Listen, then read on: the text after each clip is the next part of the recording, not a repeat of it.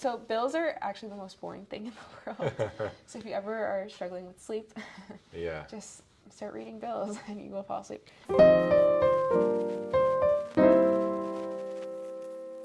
Hello, everyone. Welcome back to Luis Discusses Everything. And today we're going to discuss climate change. I'm joined by Mela Villa Gomez, who is a biology teacher at Excel Academy Charter Schools. Thank you so much for joining. Yeah, thanks for having me. So I wanted to kind of like emphasize our topic for today. That's why we have such an eerie backdrop Yeah. and a gasoline station in the back. It's because we're discussing climate change and all of the, not only the repercussions of it, but also the kind of like the activism Yeah. that's behind it. That's why I wanted to bring you on, because I know you're very actively involved in it. But I kind of wanted the audience to like get a sense of who you are. So if you want to share a little bit about your backstory first. Yeah, of course. Thanks for having me on this show. I grew up in East Boston and Chelsea. I immigrated with my family from Colombia back in 2000, so it's been a while. And yeah, I grew up here. My brother and my cousins that are younger than me were both born in the United States and in Boston in particular. Both of them had asthma. In fact, a lot of my schoolmates had asthma. And I just thought that was normal. And then I went to the Excel Middle School, so the middle school version of the school that we teach at. And everything was all good. I then went off to a private school in Dedham, Massachusetts, and really had a great time, had some culture shock there, came back in the summers and worked at a sailing camp here in East Boston, and that sailing camp completely had me like fall in love with the ocean in particular. So then I took a class in high school called marine biology, really loved it, thought I was going to be an ocean conservationist, would have my family go on like trips wherever to the beach, and I remember I went like snorkeling in Florida, had a really great time there snorkeling, and I like forced myself to be brave because I was like, this is what I'm going to do for the rest of my life, is just scuba dive and like be with fish. Yeah, of course, is your passion. Yeah, it was my passion, so I'm like, okay, this is it. So I went into college at Boston College. They have kind of like force you to apply into the environmental studies program a year into it, but I was convinced that was what I was going to do. So like from the get-go, I was doing all the things, like getting all my coursework done, doing the prerequisites for environmental classes, and I got involved with a club called Eco Pledge. And What was that about? Eco Pledge, so basically it was more like mentorship, I want to say, for people that wanted to turn BC's campus into more sustainable places for students to kind of like live in.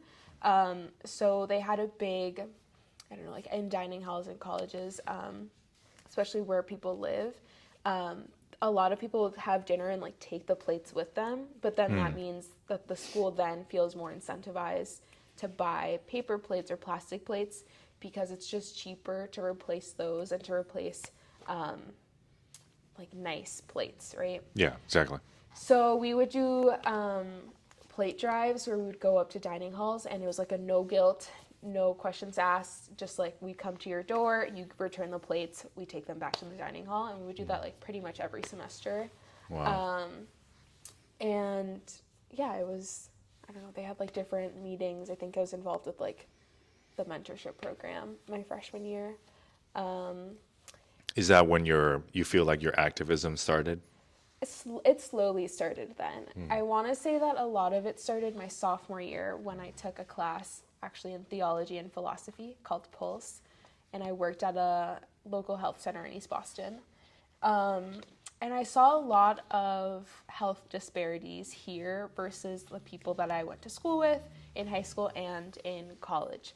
I noticed that a lot of people here had some sort of like chronic respiratory illness that I thought was normal. I thought literally everyone in the world had these respiratory illnesses, and Yeah. I just thought it was like a natural progression of things. never in my mind did I think that was something that shouldn't happen. I also saw a lot of people that were experiencing food insecurity, and I had no idea why that was.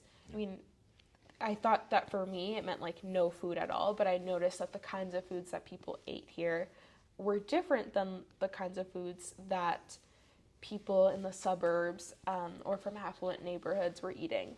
Yeah. Is that what you mentioned originally? Your brother having asthma? Yes. Yeah. So it all starts to like click in Yeah. my sophomore year of college, where I then take a class called Environmental Public Health, where we talk about how a lot of communities where Black and Brown people live, they experience higher rates of asthma because a lot of times they carry a burden of like hosting power plants or factories or big Yeah. polluting generating things. Of course, then I like put all the things together and I realized I grew up next to an airport. That airport pollutes a lot. The people in my neighborhood, yes, we use the airport, but we use it disproportionately compared to people that can afford multiple vacations a year, or go on business work trips. Like my parents never had a work trip that they traveled for because they had blue collar jobs, you know? What would you describe this whole, like, these pieces of, like, these separate phenomenons that you're kind of like clicking together? How you would describe that one? So I would, pretty much all of them fall under this category of like environmental injustice. And particularly, I think when we think of environmental injustice, you might think of traditionally like environmental topics like polluting. But really, I think it involves every single aspect of life. Indigenous people's rights, right? So thinking that we have a claim to this land when we don't. The fact that Indigenous people have lived sustainably in all the regions of the world, and know how to grow food. I also think of the concept of overpopulation. A lot of people think that this is like the key to our environmental problems is thinking that actually we have too many people, like we've gone over carrying capacity, and that is a thing. But we have not reached carrying capacity. I think there's an incredibly unequal distribution of economic opportunities, of resources, of on the flip side of that, of like the burdens of the environmental waste that we create. And all of this like starts like combining to me with my service program, with my like philosophy class, with my theology class, and with my environmental classes. And I start feeling like very like sad because I think I was feeling a little bit like, what's the point if my dad grew up he grew up doing construction with his dad, and then he became a contractor here in the United States.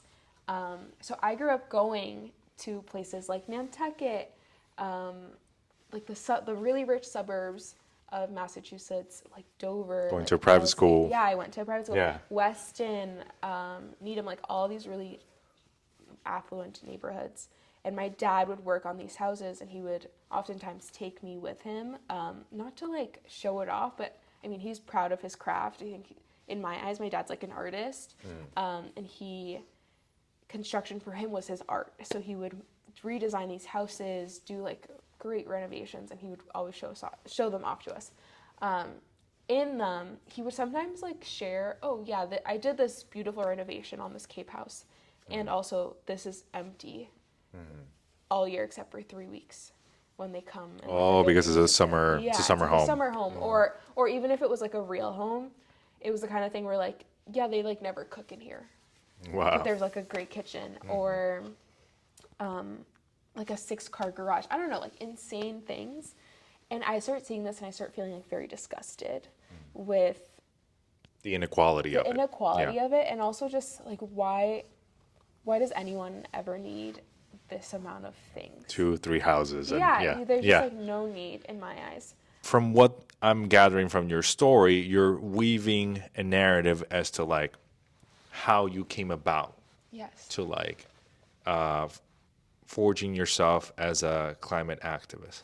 Right. Now, can you tell me a little bit about what it's like to be like a climate activist? Like Yeah. what was that the moment where you felt like, okay, now I'm doing like climate activist work. I'm actually organizing in addition to what you mentioned about Yeah. Boston So College.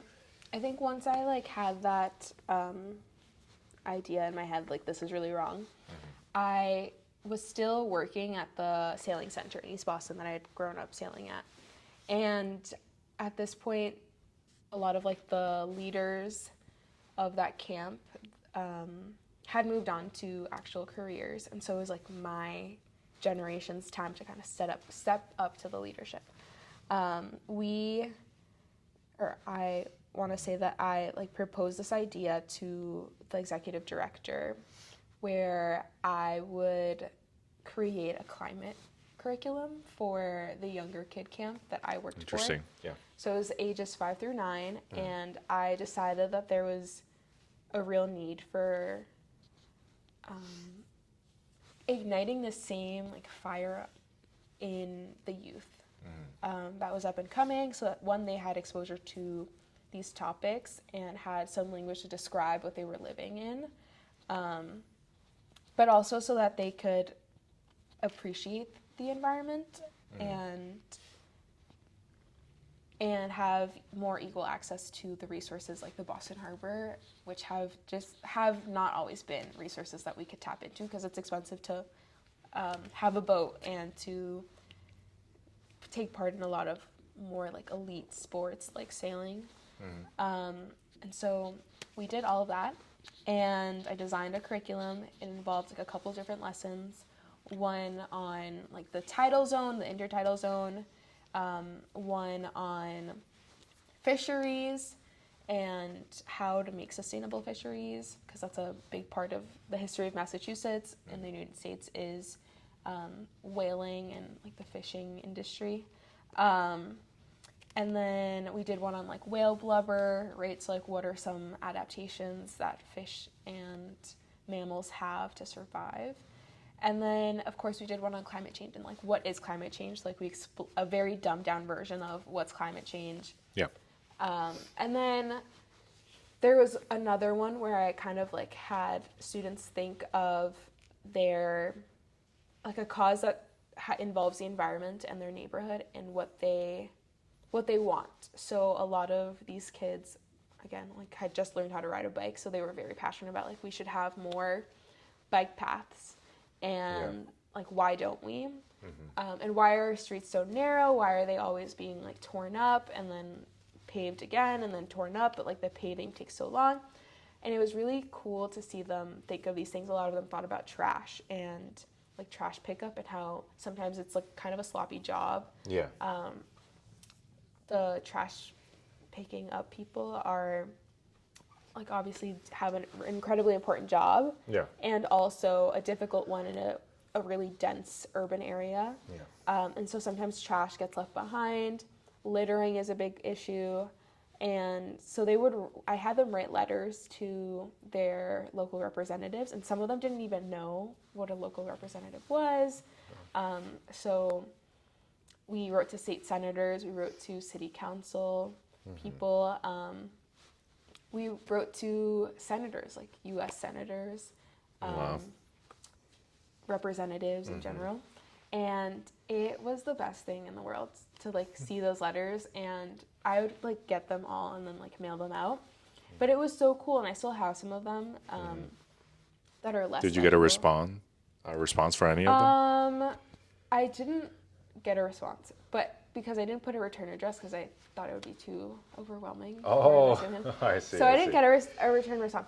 But I do think it was I don't know, it felt empowering for me to see them feel some sort of empowerment and self-agency over this issue. And then also it connected these two passions that I had, which is like working with youth and then also the climate, and it gave me a sense of hope which I think is hard in this whole topic of climate change. Of course. But it's so important because otherwise, yeah, you dig yourself into. I was like in such a deep state of like desperation mixed with hopelessness, where I was just like, something needs to happen, and also I don't know what will happen. Yeah. Because it's a time sensitive issue. Yeah. And so it was cool. It was really cool to have that experience. Yeah. So you're saying that, if I understand it correctly, the bulk of your like activism is really centered around education, right? Yeah, and then I want to say, so after that experience, I decided that working with youth was great. My experience at the health center was also great. Yeah. And also it felt not enough, and very Band-Aid on like this huge gaping hole type of issue. And I decided that I wanted to attack it more from a political lens and like higher up. Oh, that's exciting. Yeah, so then I take an internship for the city of Boston. I work for the real estate department, and it was cool. A lot of really cool housing initiatives. I worked with creating an inventory of all the green areas of Boston, specifically like public community gardens, and we had like food forests that I'd never heard of. And so the city will take sometimes abandoned land, and if they get a good proposal, they'll offer it up to someone to kind of manage as a community garden. Wow. And I had no idea. I didn't know that. Yeah. And you can apply for these things and no one knows about them. So we were working on creating an inventory of them and creating a better partnership with the people that had taken on that task, so that one, we could see the gardens prosper, but also we could have a really great website that was user friendly and people could very easily apply for these pieces of land. And that program is called the Green Roots program. We'll have a link to it in the description. Yes, and so it was really cool. And then that was great, but I worked in an office building all day, and I felt like I was doing very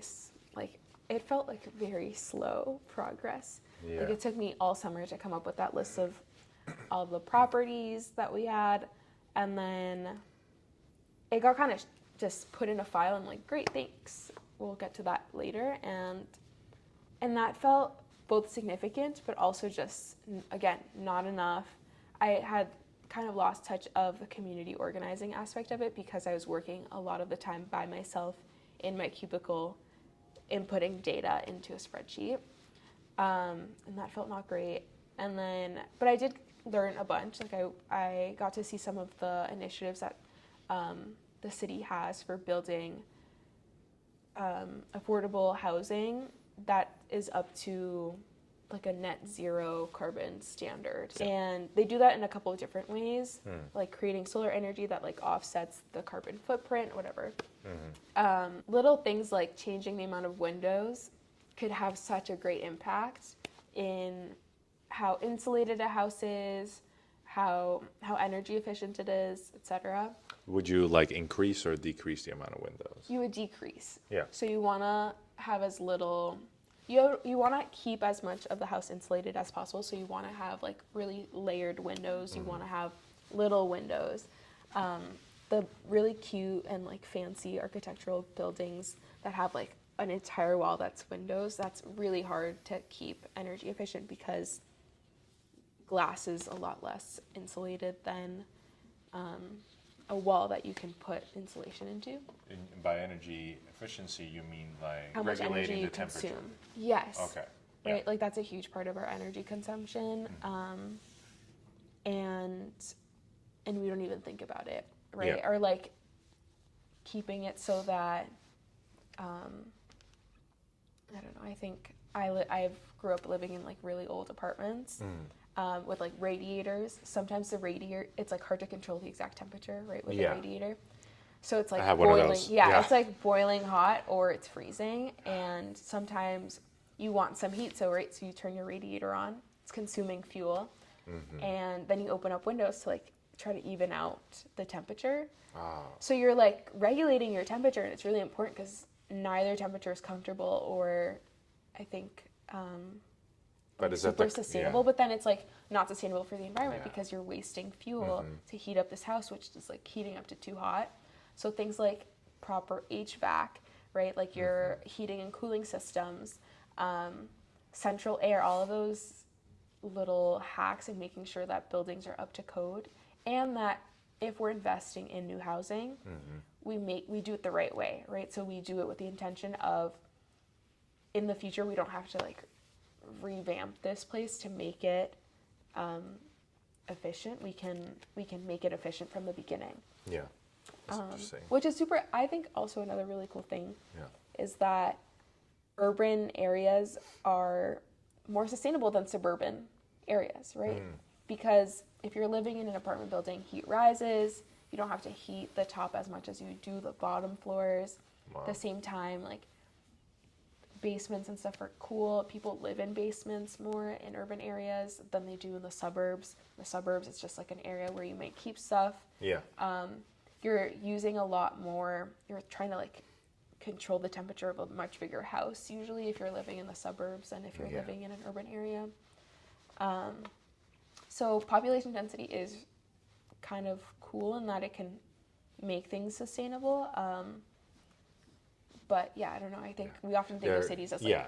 big pollution areas, and yes, but also they can be More efficient. more efficient. Yeah. Yeah. That's why I've seen quite a number of documentaries centering like big cities as like a key towards achieving climate change. Right. So you made it to that nonprofit. You worked at that At the place city for hall. the city hall. Sorry about that. Yeah.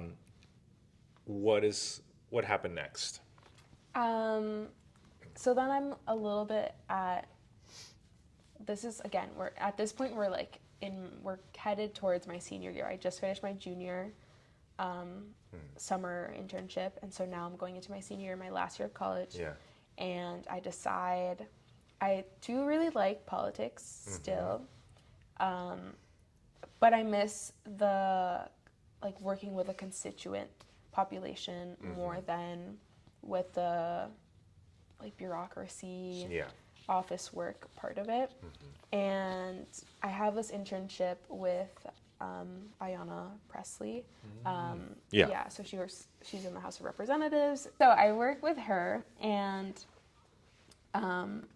her office was lovely, but I didn't get that internship until the spring of my senior year. And so I'm like, this is my last shot at politics, or I'm going to move into Education. or I was like, I want to be a kindergarten teacher, maybe. I don't know. Like the end goal for me was always like, and still is, starting a nonprofit with climate stewardship that helps educate students in environmental injustice communities about the injustices, as well as just like climate change, empowers them, helps them kind of get like a foot in the door of community organizing, and then also helps them achieve a college education.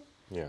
With the hope that in like the true model of sustainability, they'll come back to the community and give back in some way, shape, or form. It doesn't have to mean like working in that community, but it could just mean dedicating 1 or 2 summers of your college time to furthering a program that interests you. So if you're into medicine, you could form like a little clinic or something where you help check vitals and like how are people doing. You could form like a blood drive, like there's like a blood mobile thing that MGH offers. You could do that. I don't know, just like little things Yeah, that there are a lot of things. Yeah. bring back livelihood and joy to a community. And again, like the environmental stuff doesn't exist in an island by itself. It's connected to everything. So I think anything could help with that. So that's the end goal. But then, I'm working for Ayanna Pressley. And How was that experience? it was great. Her office was lovely. They paid a living wage, which was great because as a college student, internships are usually unpaid, or you get a stipend. Yeah, which is, I don't know which one is worse. It's, neither is great. But it was nice because I needed the money. I worked 10 to 12 hours a week and made a lot of good connections in that office that have shaped who I am and my vision of civics and the importance of civics. So again, like this was a great experience, and also it was office work again. Yeah. So back to So the it office. was a little bit like, okay, we're answering phones.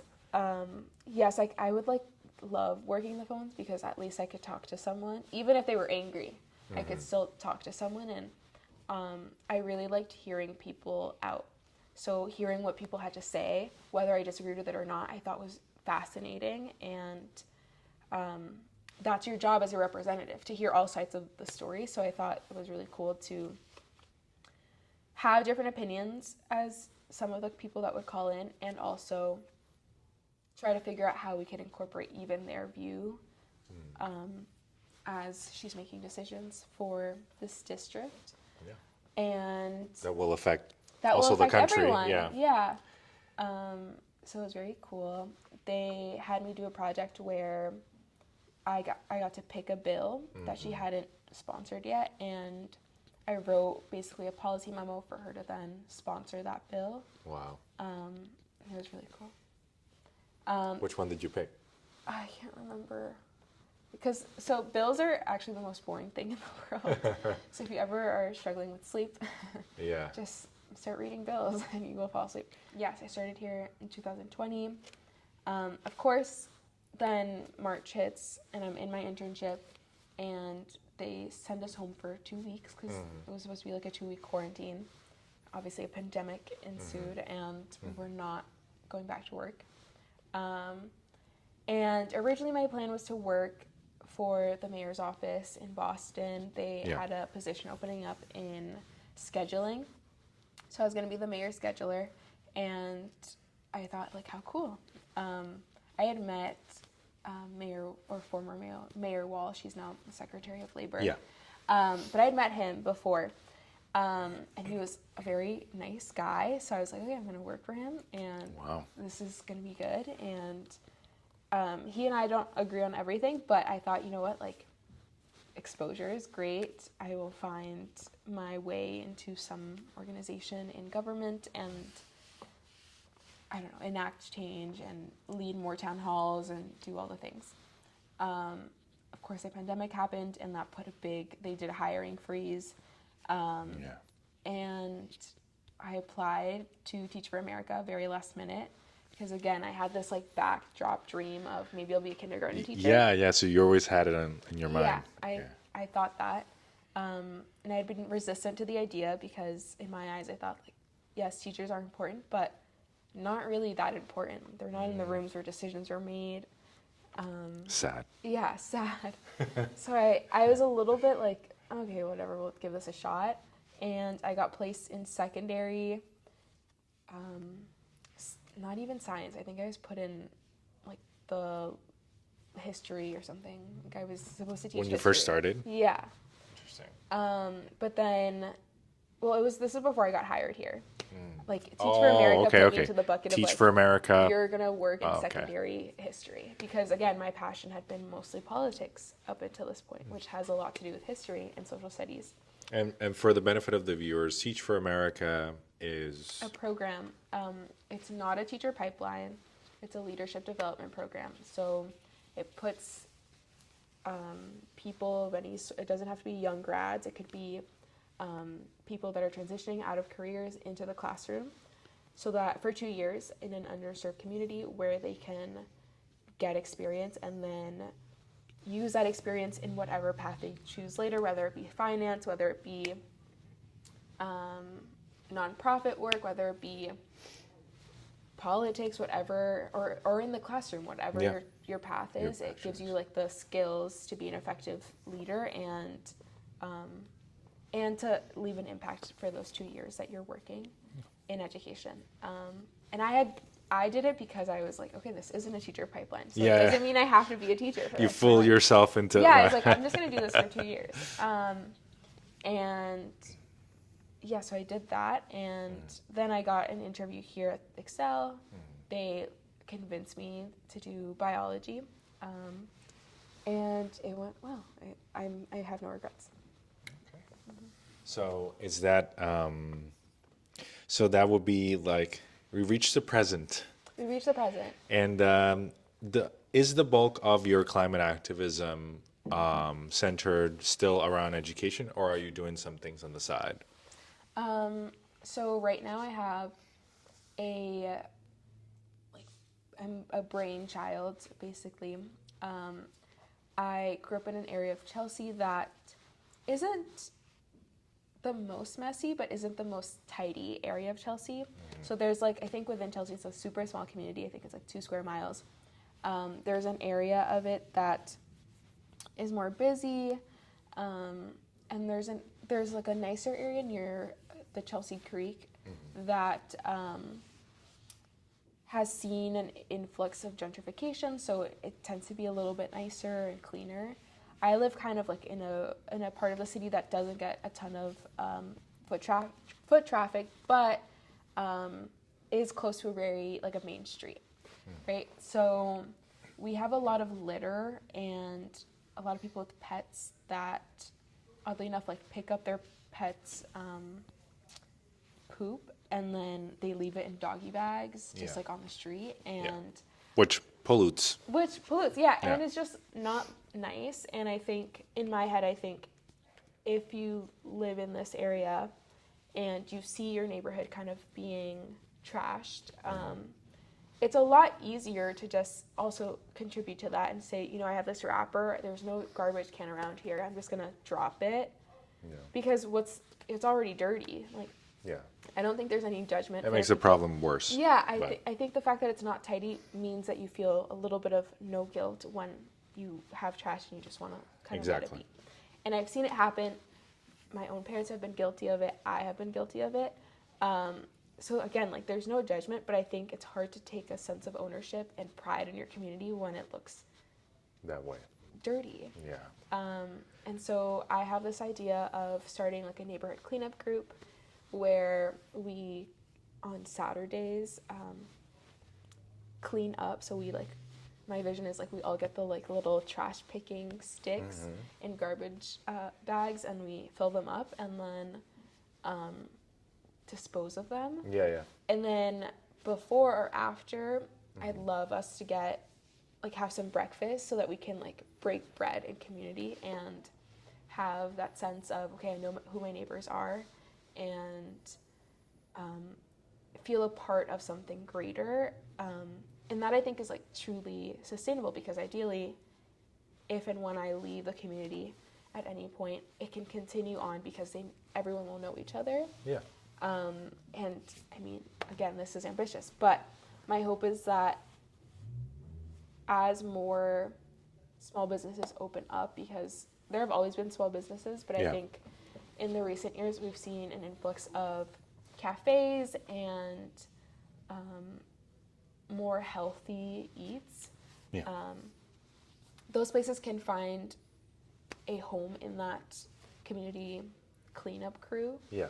And sponsor breakfasts, whatever, just like kind of get more awareness. It creates kind of like a domino effect. Right, like they're like, okay, we're helping sponsor a breakfast once a month, and in return, these people that are receiving that breakfast, like you might have never heard of this cafe, because it's new, and then you can now think like, okay, I'm gonna have breakfast there next time. And that's something that like the restaurant can also kind of like proudly announce too, like we sponsor cleanup crew. Like it's an advertisement. Yeah. That's a wonderful idea. That's a wonderful initiative. I think it's a great way to leverage your passions. Yeah. So we're coming up to the end of the interview. Any final thoughts you want to share? I would just say that I think a lot of times it can feel pretty hopeless to live in a world where climate change is inevitable at this point. We've locked in enough CO2 where the temperature is going to keep rising.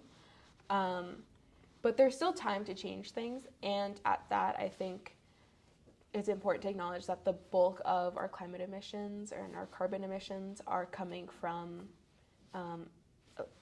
a large handful of corporations, and so holding those corporations is incredibly difficult. It's easy to sue a person.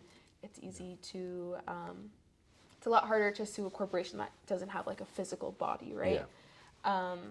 And so I think one, just like raising awareness about that and consciously consuming things is important. But then alongside that, I think electing the right officials is important. And I don't know when this will come out, but elections are coming up, and This will be before the midterms, but yes. If people are able to vote, I think it's important that they vote and you exercise that right.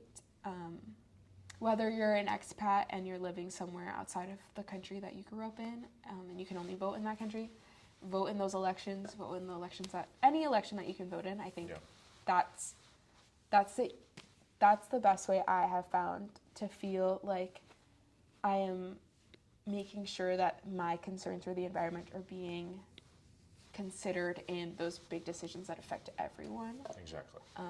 Not sitting behind an office, but actually getting involved, politically involved. Yeah, and I think that's the other thing is like, I don't know if you have a female audience, but if there are any women listening to this and you have ideas, it takes an insane amount of people to ask women to run before they actually run for office. It's about 20% of our audience, actually. Yeah, okay, so like run for office, and it doesn't have to be like, I'm not saying be the next US president, but run for... You could do that as well. Yeah, you could. You run for city council, run for school board, run for something, and or help support those people that are running that have your same values.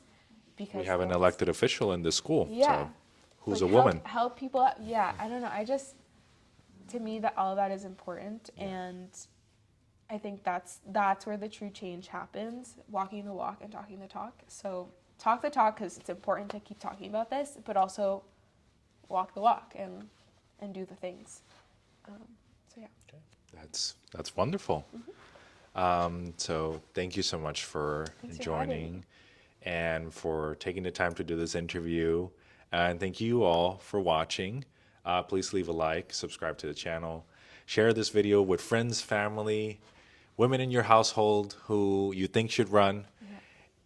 Please vote on November 8th, 2022 if you're in the United States for the midterms. In Brazil next week for the presidential election. Elect Lula da Silva, please. And I'll see you all on the next one. Bye-bye.